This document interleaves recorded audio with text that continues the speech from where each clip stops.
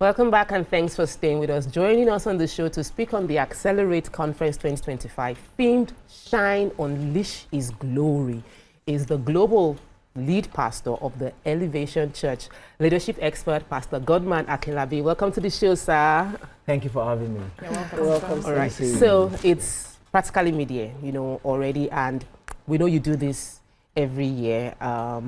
So we want to ask more about why are we putting a lot of, bringing a lot of media attention to Accelerate this year? Okay, thank you again for having me. Bringing a lot of media attention to Accelerate this year, the conference, which is a media conference at the Elevation Church. One is because it's the 10th anniversary of the conference itself. Yeah, wow. The 10th anniversary of the conference. Thank you.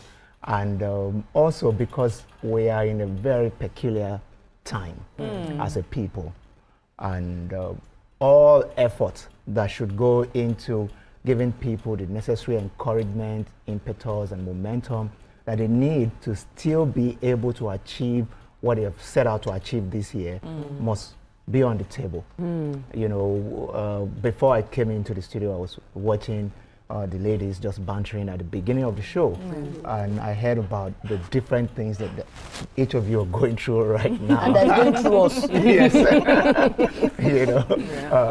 I heard about the incident she pointed out about a car and a son. I heard about the accident she witnessed. Oh gosh, terrible. So many things happened in the course of the year, and a lot of these things are targeted at just reducing our inspiration, our motivation, our energy, our hope, and our aspirations.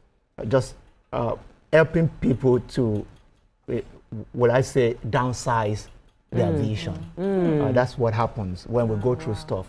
Things, a lot of the time, we don't even know the effect of what we're going through on us until it starts to affect our sense of aspiration. When you said downsize your vision, I was trying to understand that. Are we really sometimes? Sometimes we reevaluate when you after you've gone through 6 months. You are looking at yourself and saying, maybe it's too tall. Maybe I should reduce it. I should reduce. Maybe I'm being unrealistic based on economic realities. Yeah. Okay. Yes. So that's what happens a lot of the time.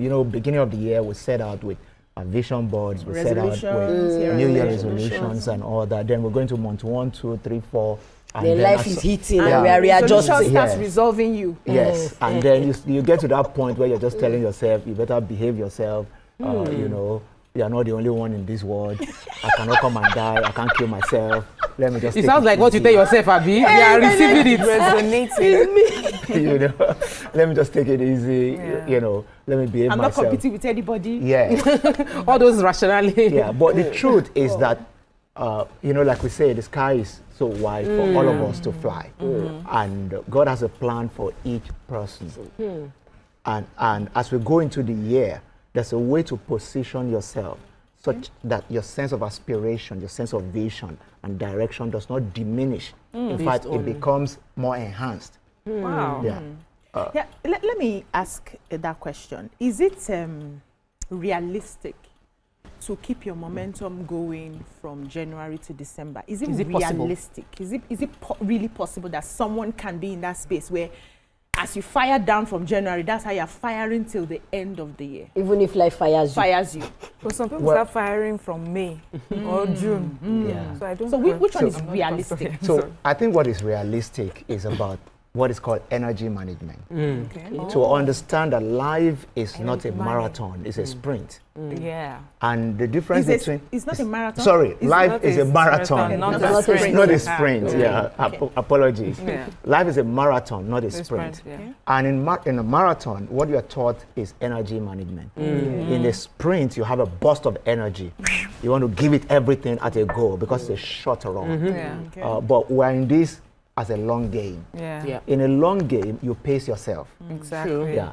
And in pacing yourself, you know when to chill, regain your energy, where to position so that you can be more inspired, because every resource can diminish, Yeah. including intangible resource of inspiration, motivation, you know, and all that, and passion. Passion can wane, can reduce. I get that because for me, the calendar January to December does not work for me. What works for me is that, you know, my calendar is not determined by those months. When I can have the motivation to push or to start or to go back is really determined by my energy, really, and all the things that are happening around. But, you know, that's what I love about this conference. It seems that it's beyond the usual church spiritual. It's looking at things exactly, like, you know, regular things that we're going through and helping us to understand that. And I feel that that will resonate with a lot of people. But it's also the 10th year, and as you mentioned, so that's a huge deal. And I'm just wondering, tell us more about this theme, Shine. Why Shine? And what do you expect that those who are coming would gain from this? Yes, the theme borders around our capacity to depend on God. You know, in Isaiah 60 and verse 1, what the scripture said there is, arise, shine, that for your light has come, and the glory of God, not your own glory, the glory of God is risen upon you. When you look at, for instance, in the solar system, the sun and the moon does not have any light of its own. It reflects the light of the sun, and when it's well positioned and aligned, it doesn't struggle to shine. Yeah, so it's the same thing. When we're well positioned and aligned with God, you know, we receive revelation, knowledge, vision. You know, we're empowered. There's the concept of grace, which is unmerited, you know, enhancement or favor that just comes on you when you rely on God. But you know, life can treat us, I mean, you know, play a trick on us, especially for people who seems to be getting things right. You know, you get to a point where you just feel it's about you. Yeah, I get it. I get it. Yourself. I'm the next best thing after sliced bread. You develop God complex. Yeah, you develop God complex. Thank you for that. You know, God complex. And at that point, you don't no longer depend on God. You can imagine the moon just telling itself, you know, I'm here, yeah, and just a bit move away from alignment. You lose it. Yeah, and you lose it. It's all going to be darkness. You know, and that's where some people get to. Where you just get used to things happening for you, and you lose your sense of dependency on God, who has a plan for your life. Yeah, and that's why the conference comes in mid-year, just to help people to do what is called course correction. You know, when default settings. Yes, you know, when an airplane is flying in the air, one of the things I learned about, you know, flight and aviation is that the airplane is bound to suffer from turbulence, wind and everything eating on it. Clouds, And what happens then is that it shifts away from the flight plan. And you know, at that high altitude, 32,000 feet above sea level, and with that speed, 1 degree, if you're supposed to land in London, you can land in Afghanistan. You understand what I'm saying? Just check ship. Yeah, because at that height, and it's the same thing, especially as we get into adulthood, and then we start to fly higher. We have to be mindful of our flight plan and how aligned we are. The wind will come, the waves will come, everything will hit at us emotionally, physically, spiritually, mentally, you know, issues at home, issues at work, issues of environmental issues. I mean, I heard the ladies reading the news, I mean, the newspaper, and we're talking about Mokwa. You can just imagine what has happened in Niger State and the effect of it on someone who went away and came back. 9 members of the family are gone. You know, that person needs a fresh dose of grace and just encouragement and comfort to be able to move on. Hold on and move on. You know, and that's what I mean. That's just one out of millions of people going through stuff around the country and around the world. And we're at a time where every nation has a fair share of what's happening, something one way or the other. And this is a time for all of us to depend on God like never before. To be able to gain a better sense of, you know, clarity, and to always rejig our vision, our dreams, and not lose hope. Okay. Yeah. Let me ask you, for this 10th year's edition, we're talking about Shine, Unleash His Glory, and you have a powerful lineup of speakers. How long did it take you to shop for them? What were the prerequisites? How did you come about these powerful speakers, the selection process? Yeah, well, the selection process for speakers is always about who do we think has the right word for the season? The right word for this season. Yes, the right word for the season, and also the right kind of grace for what we want to achieve. So looking at someone like my good friend Pastor Jerry Eze, he leads people in prayers every morning. NSPPD, what God cannot do does not exist. There's a way God is using him right now that we believe, speaking into the life of people at the conference, will create a shift. Apostle Joshua Selman, God is using him around the world, you know, That's just bringing, I'm a huge fan. yeah, bringing hope to diasporans, bringing hope to people in country. There's a message that is palpable in his teachings. My wife, who also Do you know what's on the tip of my? I say if he does not mention his wife, He's on this table. I'm not sacking. my wife who also has a very strong message and for the a youth. strong teacher, you know, for women, for men alike. My good friend Pastor Yemi Davis of Global Impact Church, who is also the chairman of PFN in Lagos State, doing a fantastic work, mobilizing the people of Lagos right now in the grassroots to just put their hope in God. You know, Reverend Samuel from Abuja, who is also another person that God is using in revival, a prayer revival around the world. And my young friend too, Apostle Aaron, you know, of Celebration Church, Emmanuel Aaron. He has a strong connection with young people. His teachings are very clear and direct, practical, you know, and the grace for greatness that I carry with the mandate of our church to make greatness common, which must bear witness at this time. Because if there's a time to shine in the midst of darkness and discouragement and disillusionment, this is we have to prove it that God is at work at this time. Okay, so me, I usually I follow Accelerate. I watch online, and but I've been told by my friends and my colleagues, I have two staff that they will take. I know they are taking the time off, and I understand. For the conference. They say it's different. Okay. They are watching online, but you don't get it. How can people engage with this conference this year? What's it going to be like? Are there going to be viewing centers or all of that? How can we connect with this? Yeah, there are viewing centers around the city of Lagos and even outside of Lagos. Some of our churches outside of Lagos, in Port Harcourt, Abuja, Abeokuta, Ibadan, they have viewing centers that people can go to in the course of the week, starting from this Wednesday. And around Lagos itself, apart from our Global Broadcast Center in Lekki, which is Pieces Conference Center, we also have other centers. Currently in Lagos, I think we have about 14 or 15 physical locations where the Elevation Church meets, you know, Maryland, on the island, 6 centers on the island, another like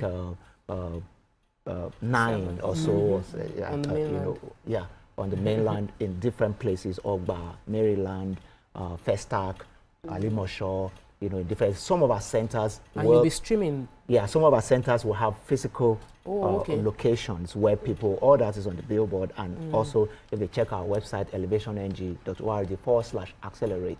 In fact, we even have an app, you know, for the conference. Yeah, there's an Accelerate Conference app that's available on iOS and Android. That people download the app, they get all the information, the prompts when the sessions are starting, the schedule, you know, and the focus, different things that they can interact with. You know, so and we're also online, especially for the global audience. We're online, and people can watch from around the world. Finally, what is your greatest hope or prayer for everyone who will be part of Accelerate Conference 2025? For everyone who will be part of Accelerate Conference 2025, whether watching online or being at any of our physical locations or watch parties, I would say is that they would be able to say that they've had an encounter with God. One word from God can change someone's life forever. And you know, we're all dealing with different things. Somebody is dealing with warfare and consistent battle, consistent issues. Somebody else is dealing with wound that has refused to heal, emotional wound. Somebody else is is dealing with just wandering, motion without movement, without accomplishment. A lot of struggles out there. Some people are dealing with weariness. It's just mid-year and they're already weary, about life. But at different point in time, if you look through the Bible, no one met Jesus and remained the same. Yeah. So my greatest prayer for Accelerate Conference this year is that whatever people may be going through, whether it's a wound, whether it's somebody has been waiting for too long, that they would have a personal encounter with the power of God, with Jesus, that will transform them and put them in that space where they can gain speed and accelerate into the second half of the year and beyond. Well, it's really amazing having you, and we would love to have conversations around leadership and success, even much more, especially because of what you said concerning the fact that environmental negative influences might sometimes make people feel down and they need to reconnect. Do you feel like your message is, I know you already said it's for everybody, but have you had encounters with non-Christians that have come and have felt like, okay, there was something that changed in my life from encountering your message? That happens all the time, because the only event that we hold in our ministry is not just Accelerate, and beyond pastoring the Elevation Church, I'm a leadership coach. I consult for organizations. I meet everyday people, and not just in Nigeria, around the world. As a thought leader, I just came for almost a 3-4 weeks long trip around the world, and there's an event that I just started holding 2 years ago called Find Your Voice, which is for diasporans from around the world, immigrants. We had 2, just in the last 4 weeks in London and Toronto, and I meet people there who don't share our faith, but they are immigrants, not even from Nigeria, but from other places. But what I've realized is that in different parts of the world, people go through the same things. It doesn't depend on where you hail from. Color, race, tribe. The issues are the same. Issues are the same. The same way Indians are married and having issues in their marriage, the same way Nigerians are having issues in their marriage. Sometimes it baffles me. The same way Christians have issues in their marriage, the same way Muslims have issues in their marriage. Traditionalists too have issues in their marriage. So when we discuss issues of relationship, when we discuss issues of visioning and getting direction for your life, when we discuss how to grow an organization and lead people, and lead a family, these issues transcend religion and race. And these are the things we speak to from time to time, at different events. So it will be my pleasure to come back some of these days, and yes, we would really love to host you again, not after the success of Accelerate Conference, to talk about other things that you've been doing to impact our world. Thank you so much, Pastor Godman Akilabi, for joining us on the show today. Definitely, but from Wednesday, people know what to do. Tune in to and show up for the Accelerate Conference to ginger you for the second half of the year. We'll take a break now. When we return, we'll continue with our hot topics. Stay with us. We'll be right back. Stay tuned. Your View will be right back.